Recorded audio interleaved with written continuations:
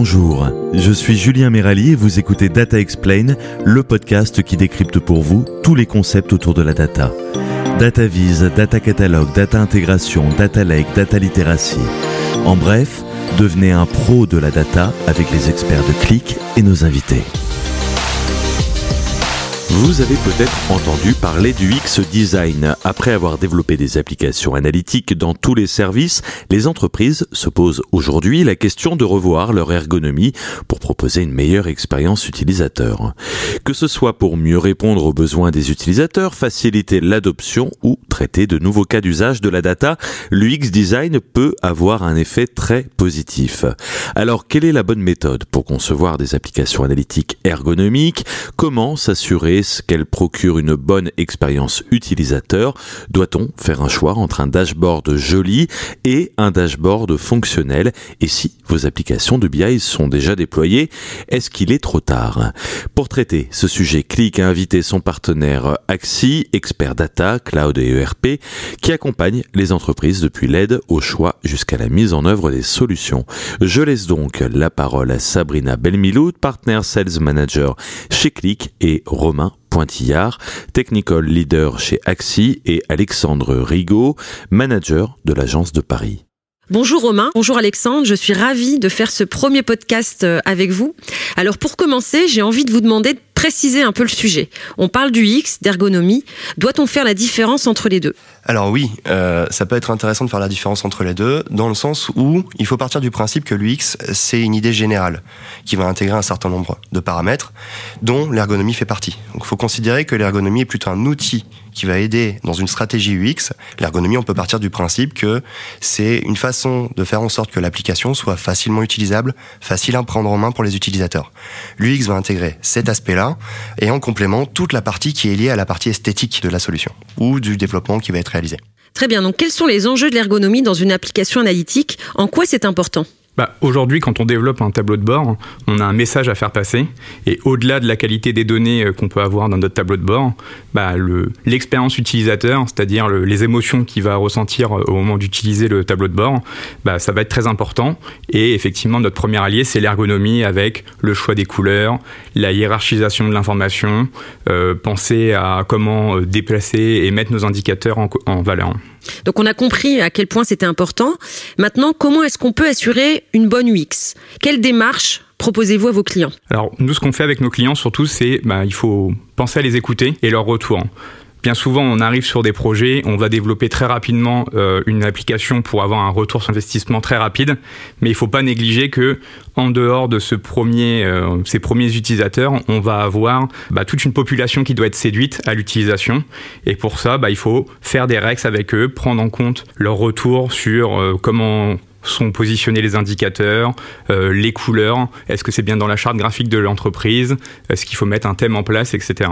Donc on parle beaucoup de BI en libre service. Est-ce que la BI en libre service vous facilite ou vous complique la tâche ? Si on laisse les utilisateurs créer eux-mêmes leurs applications, est-ce qu'ils vont respecter l'UX ? Il y a plusieurs approches à avoir vis-à-vis de ce principe. C'est que, quels que soient les outils sur lesquels on va travailler aujourd'hui, on est en mesure de mettre en place des troncs communs. Donc l'idée du tronc commun, c'est que on va avoir une stabilité dans la façon dont on présente les applications. On va parler de thèmes, on va parler de chartes graphiques, on peut parler même de bibliothèques d'indicateurs.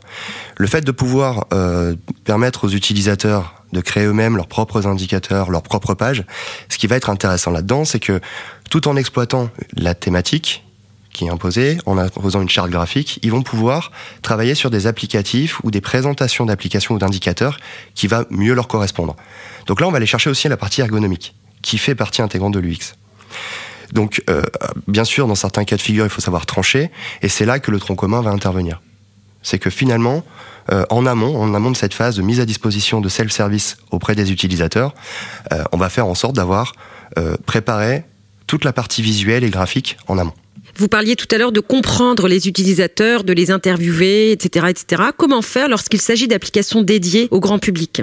C'est assez simple. Aujourd'hui, on part du principe qu'une entreprise, elle va avoir ses thématiques à elle, ses chartes graphiques. Donc cet aspect-là va rester figé, puisque ça permet aussi d'identifier une entreprise, même quand elle partage des informations auprès du grand public. Ce qui va être intéressant là-dedans, c'est que la plupart des outils, et certains en particulier, sont full web. L'intérêt du full web, c'est justement de pouvoir développer très spécifiquement des indicateurs, des applications, des graphiques, des KPI qui vont être un peu plus esthétiques ou plus faciles à interpréter pour les utilisateurs grand public. Et beaucoup d'entreprises n'ont pas forcément adopté cette démarche dès le début. Est-ce qu'on peut améliorer l'ergonomie, l'UX, alors que l'application est déjà en place ? Alors oui, il ne faut pas se freiner. Comme je disais tout à l'heure, on peut très bien commencer un premier reporting et essayer tout de suite d'aller chercher la qualité de la donnée et l'indicateur qu'on veut faire ressortir. Mais après, quand on veut séduire l'ensemble de nos utilisateurs, il y a un point important qui est l'ergonomie et l'UX. Et donc là, il ne faut pas hésiter à faire des passations avec ces populations, identifier comment améliorer la mise en place de nos indicateurs. Bien souvent, on a tendance à vouloir trop en mettre. Il faut respecter, faut laisser du vide, il faut choisir les bonnes couleurs avec le contraste qui va bien, etc. pour faire ressortir l'information qu'on veut donner à travers notre tableau de bord. Et est-ce que les solutions DataVis ont toutes les mêmes capacités dans ce domaine ? Vous êtes intégrateur de Qlik depuis maintenant plusieurs années, mais est-ce que vous avez cette vision du marché ? Alors oui, forcément, on s'y intéresse. On n'a pas vraiment le choix, entre guillemets, puisqu'on a besoin de comprendre ce qui se fait ailleurs, ce qui se fait chez Qlik, tout simplement pour pouvoir se projeter vis-à-vis des clients et être vraiment dans une phase d'aide à la compréhension de ce que vont proposer les outils. Donc globalement, on fait un benchmark tous les ans sur les principaux outils du marché, chez les principaux éditeurs. Donc on va retrouver du Qlik, évidemment, qu'on connaît bien puisqu'on est spécialiste, mais aussi Tableau et Power BI. Alors, ce qui va être intéressant, notamment sur la partie Qlik, c'est, je l'ai évoqué brièvement tout à l'heure, c'est qu'il y a un côté totalement responsive et totalement full web qui va être intéressant, ce qui permet en fait à cet outil d'être totalement personnalisable et paramétrable. Donc en termes du X, c'est intéressant, puisque par exemple sur Qlik, on va pouvoir parler de mashup.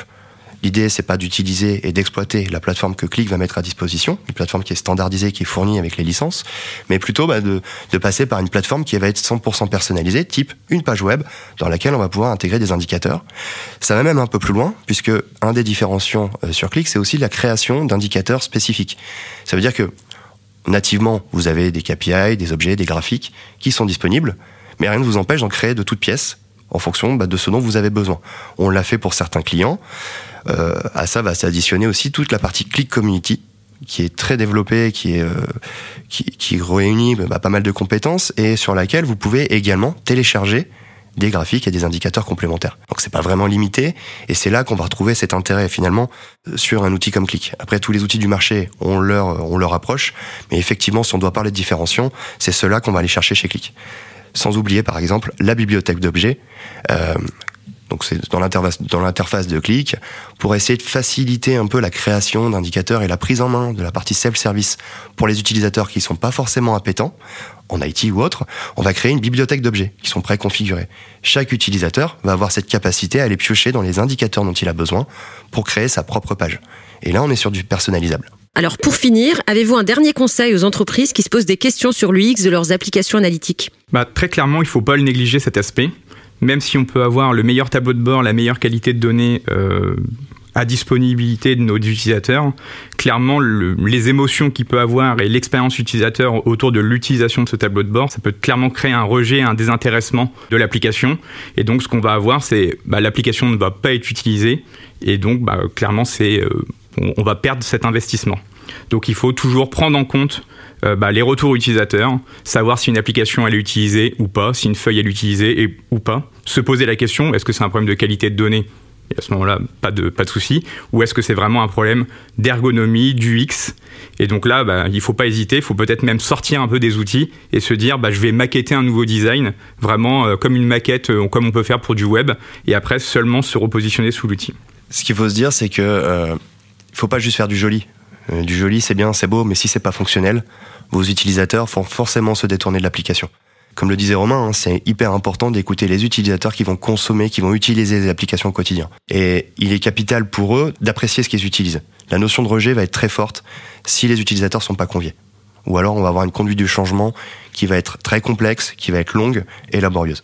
Merci beaucoup pour cet échange qui nous donne en fait une vision plus claire des enjeux autour de l'UX et de l'ergonomie des applications. On a bien compris également que les utilisateurs sont au centre de ces différents projets. Donc est-ce qu'il y a d'autres ressources à consulter chez Axi pour en savoir plus ? Alors oui, il y a plusieurs sources qu'on met à disposition, donc soit via notre site web.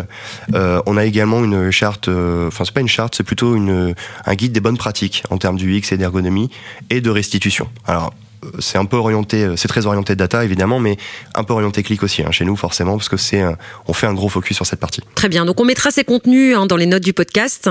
Eh bien, il ne me reste plus qu'à vous dire bientôt pour traiter un autre sujet autour de la data, si vous voulez bien. Merci Sabrina. Merci. Merci de nous avoir suivis. Il me reste à vous encourager à vous abonner à Data Explain et à partager ce podcast si vous avez aimé cet épisode. À bientôt.